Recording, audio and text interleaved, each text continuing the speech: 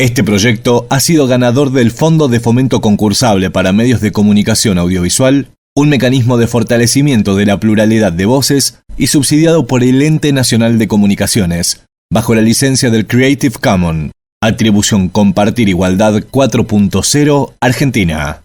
Bienvenidos y bienvenidas, guardianes de la memoria.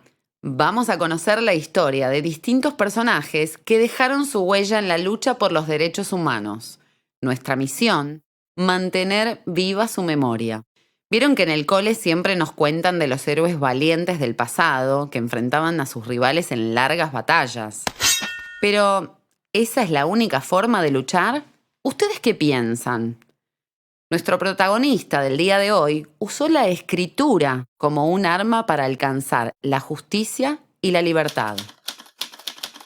Hoy, guardianes de la memoria, conocemos la historia de Rodolfo Walsh, el escritor que siempre se animó a levantar la voz a través de su pluma.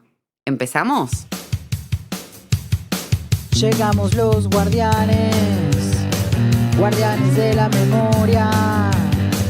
Llegamos los guardianes, guardianes de la memoria, para proteger la historia. Rodolfo Walsh nació en el año 1927 en la provincia de Río Negro.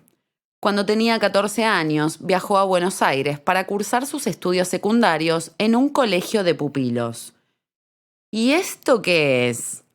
Bueno, son escuelas donde los estudiantes se quedan a dormir. Sí, así como lo escuchan.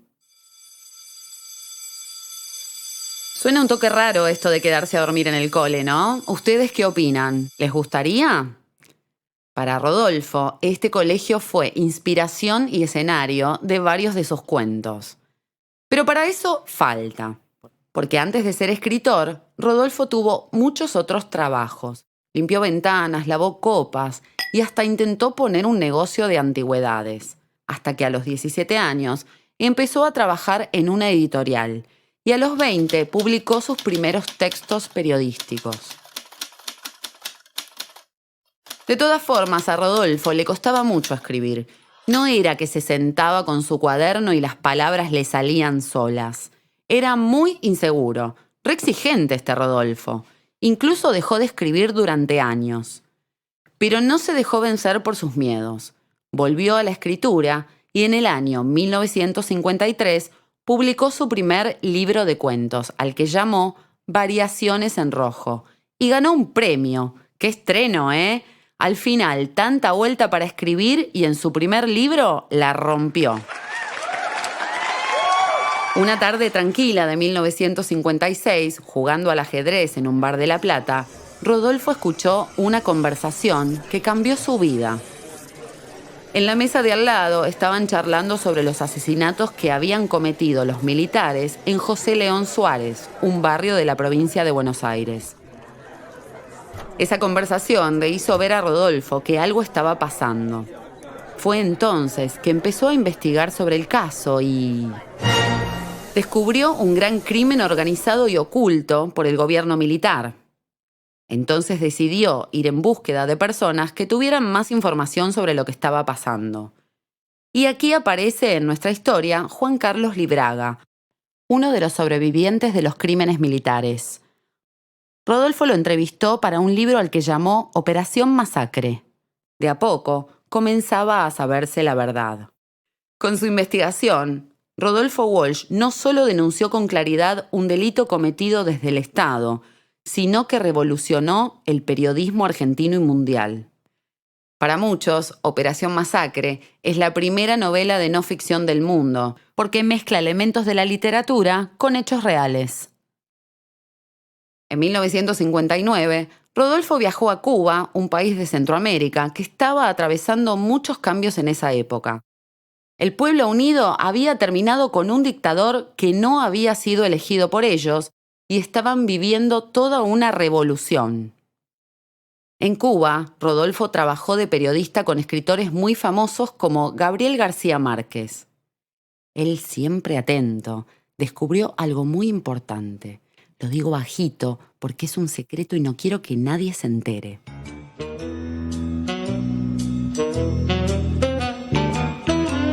descifró 8 mensajes encubiertos de Estados Unidos que contenían un plan para invadir Cuba y destruir lo que el pueblo había logrado.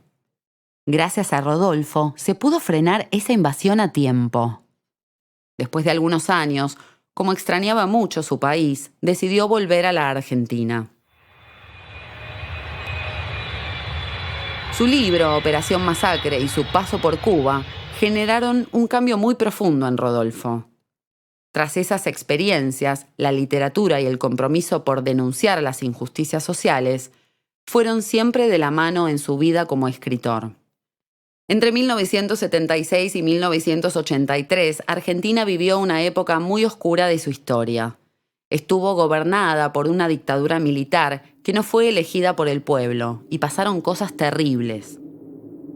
Los dictadores hicieron todo lo que encontraron a su alcance para callar las voces de quienes pensaban distinto.